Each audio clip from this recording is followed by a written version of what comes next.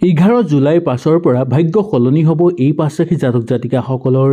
এওঁলোকৰ ঘৰত ধন সম্পত্তি বৃদ্ধি পাবলৈ ধৰিব, সকলো ক্ষেত্ৰতে সফলতা অৰ্জন কৰিব পাৰিব আৰু সকলো দিশৰ পৰা ভাল ভাল সুযোগ সুবিধা তেওঁলোকে লাভ কৰিব পাৰিব। প্ৰচুৰ পৰিমাণে ঘৰত অৰ্থৰ আগমন হ'বলৈ ধৰিব আৰু অৰ্থ অহাৰ বাট মুকলি হৈ পৰিব। আহক তেনেহ'লে জানি লওঁ 11 জুলাইৰ পৰা কোন 5 ৰাশিৰ ভাগ্য সলনি হ'বলৈ গৈ আছে আৰু কি কাৰণত ভাগ্য সলনি হ'ব। ভিডিঅ'টো মনোযোগ সহকাৰে শেহলৈকে চাব, তেতিয়াহে সুন্দৰভাৱে আপোনালোকে বুজি পাব। আৰু যদি ভিডিঅ'টো ভাল লাগে লাইক এটা কৰি আমাৰ মনোবল বঢ়াব আৰু আপোনালোকৰ বন্ধুবৰ্গৰ লগত শ্বেয়াৰ কৰি তেওঁলোককো উপকৃত কৰিব। 11 জুলাইত হ'ব শাওন মাহৰ প্ৰথম দিন। এই দিনাৰ পিছৰ পৰাই শাওন মাহ আৰম্ভ হ'ব। 11 জুলাইৰ পিছৰ পৰাই মহাদেৱৰ পৰম কৃপা পৰিব এই 5 ৰাশি জাতক জাতিকাসকলৰ ওপৰত। সেইকাৰণে মহাদেৱৰ কৃপাৰ ফলত তেওঁলোকে সকলো ক্ষেত্ৰতে সফলতা অৰ্জন কৰিব পাৰিব আৰু সকলো মনৰ আশা পূৰ্ণ হৈ পৰিব।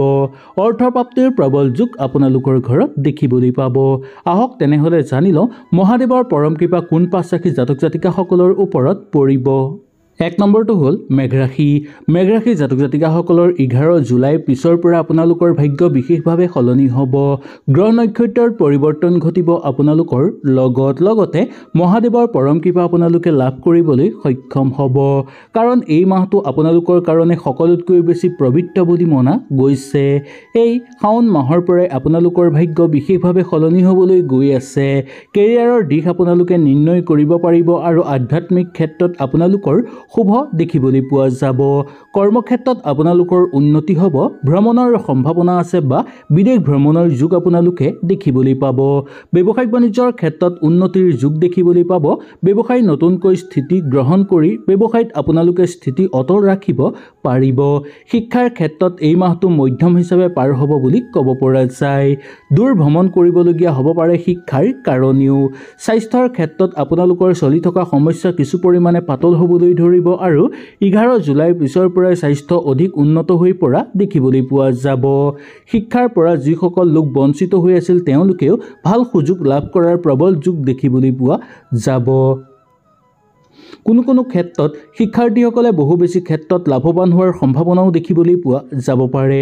পাৰিবাৰিক জীৱনত এই ক্ষেত্ৰত আপোনালোকৰ অনুকূল দেখিবলৈ পোৱা যাব পাৰে। ঘৰ পৰিয়ালত ৰোমাঞ্চক পৰিৱেশ বিৰাজ হ'ব আৰু সুখ শান্তি আৰু মৰম চেনেহ বৃদ্ধি পাবলৈ ধৰিব।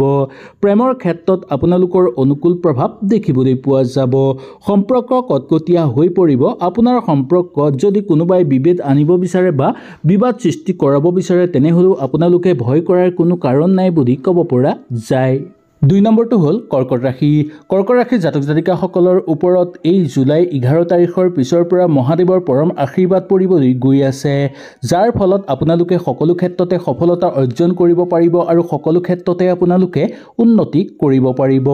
কেৰিয়াৰৰ দৃষ্টিৰ ফালৰ পৰা চাবলৈ হ'লেও আপোনালোকৰ অনুকূল প্ৰভাৱ দেখিবলৈ পাব। আগতে যদি কিবা পৰীক্ষা দি থৈছিল সেই পৰীক্ষাৰ শুভ ফল আপোনালোকে লাভ কৰিব পাৰিব। কৰ্মক্ষেত্ৰত আপুনি যথেষ্ট সন্তুষ্ট লাভ কৰিব পাৰিব। ইয়াৰ বাহিৰেও আপোনালোকে কৰ্মক্ষেত্ৰত নতুন সুযোগ সুবিধা লাভ কৰিবলৈ সক্ষম হ'ব।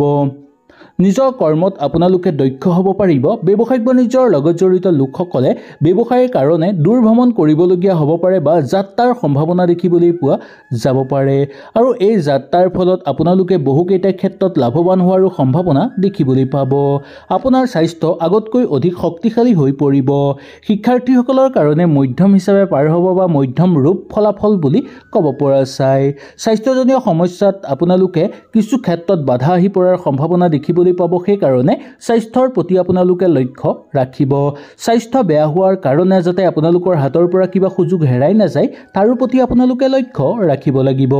প্ৰতিযোগিতামূলক কিছুমান কামত আপোনালোকে গৈ আনন্দিত অনুভৱ কৰিব পাৰিব। নিজৰ ইচ্ছামতে কিবা আপোনালোকে যদি সপোন পূৰণ কৰিব বিচাৰে তেনেহ'লে 11 জুলাইৰ পিছৰ পৰা আপোনালোকে সেই সপোন অতি সহজতে পূৰণ কৰি ল'ব পাৰিব। পাৰিবাৰিক জীৱনৰ বাবে আপোনালোকৰ মধ্যম সম্ভাৱনা দেখিবলৈ পোৱা যায়। পৰিয়ালৰ লগত আপোনালোকৰ ভাল সম্পৰ্ক স্থাপন হ'ব আৰু আপোনালোকৰ মন মিলি পৰিব। আপোনালোকে নতুন বস্তু ক্ৰয় কৰাৰ সম্ভাৱনাও দেখিবলৈ পোৱা যাব পাৰে। প্ৰেমৰ সম্পৰ্কৰ কাৰণে আপোনালোকৰ অনুকূল দেখিবলৈ পোৱা যায়। দুইফালে পৰস্পৰৰ ভাল পোৱা গভীৰ হৈ পৰা দেখিবলৈ পাব। আপোনাৰ ভিতৰত থকা এটা নতুন পৰিকল্পনা আপোনালোকে জাগ্ৰত কৰি তুলিব পাৰিব আৰু নিজৰ প্ৰতিভা বিকাশো কৰিব পাৰিব। বৈবাহিক ক্ষেত্ৰত এই মাহটো আপোনালোকৰ কাৰণে অনুকূল হিচাপে পাৰ হোৱা দেখিবলৈ পাব। 3 নম্বৰ ৰাশিটো হ'ল কন্যা ৰাশি। কন্যা ৰাশিৰ জাতক জাতিকাসকলৰ 11 জুলাই পিছৰ পৰাই আপোনালোকৰ ভাগ্য বিশেষভাৱে সলনি হ'বলৈ গৈ আছে, কাৰণ মহাদেৱৰ পৰম আশীৰ্বাদ পৰিব আপোনালোকৰ ওপৰত, যাৰ ফলত আপোনালোকৰ সকলো মনৰ আশা পূৰ্ণ হৈ পৰিব। ঘৰ পৰিয়ালত সকলো সুখ শান্তি বিৰাজ হোৱা দেখিবলৈ পোৱা যাব। আপোনাৰ ভাগ্যত থকা সকলো ক্ষেত্ৰতে আপোনালোকে যিখিনি পাব লগা আছিল সেইখিনিতকৈ অধিক লাভ কৰিবলৈ সক্ষম হ'ব।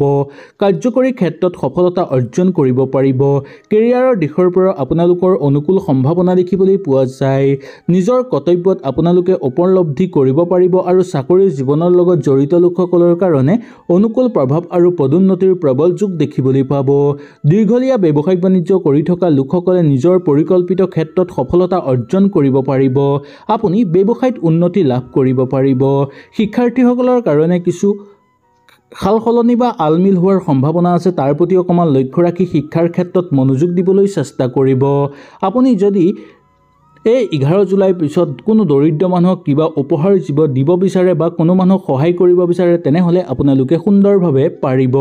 বহুতো সমস্যা আপোনালোকৰ জীৱনৰ পৰা দূৰ হৈ পৰাৰ সম্ভাৱনা দেখিবলৈ পোৱা যাব পাৰে।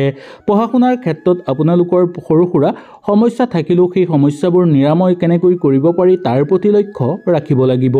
প্ৰতিযোগিতামূলক পৰীক্ষাত উত্তীৰ্ণ হ'ব পাৰিব সুচাৰুভাৱে। পৰিয়ালৰ ক্ষেত্ৰত আপোনালোকৰ মধ্যম ফলাফল দেখিবলৈ পোৱা যাব। পাৰিবাৰিক সম্পৰ্ক আপোনালোকৰ মধ্যম ফলাফল দেখিবলৈ পোৱা যায়। পৰিয়াল বা আত্মীয়ৰ লগত আপোনালোকৰ সম্পৰ্ক অনুকূল দেখিবলৈ পোৱা যায়। প্ৰেমৰ সম্পৰ্ক মজলীয়া দেখিবলৈ পোৱা যাব। প্ৰেমৰ ক্ষেত্ৰত যাতে এনেকুৱা কথা নকয় তাৰ প্ৰতি লক্ষ্য ৰাখিব, যি কথাই আনক দুখ দিব পাৰে বা যি কথা ক'লে আপোনালোকৰ প্ৰেমৰ সম্পৰ্কত ফাট লোৱাৰ সম্ভাৱনা থাকে। 4 নম্বৰ ৰাশিটো হ'ল ধনুৰাশি। ধনুৰাশিৰ জাতক জাতিকাসকলৰ 11 জুলাই পিছৰ পৰাই আপোনালোকৰ ভাগ্য বিশেষভাৱে সলনি হ'বলৈ গৈ আছে। এই ৰাশিৰ জাতক জাতিকাসকলে মহাদেৱৰ পৰম আশীৰ্বাদ লাভ কৰিব পাৰিব। ইয়াৰ ফলত পূৰ্ণভাৱে আপোনালোকে সকলো ক্ষেত্ৰতে সফলতা অৰ্জন কৰিব পাৰিব। এই ৰাশিৰ জাতক জাতিকাসকলৰ স্বামী বৃহস্পতি হোৱাৰ ফলত আপোনালোকে সকলো কাম সুচাৰুভাৱে সম্পূৰ্ণ কৰিব পাৰিব আৰু ঘৰত যদি কিবা শুভ কাম আৰম্ভ কৰিব বিচাৰে পাৰিব।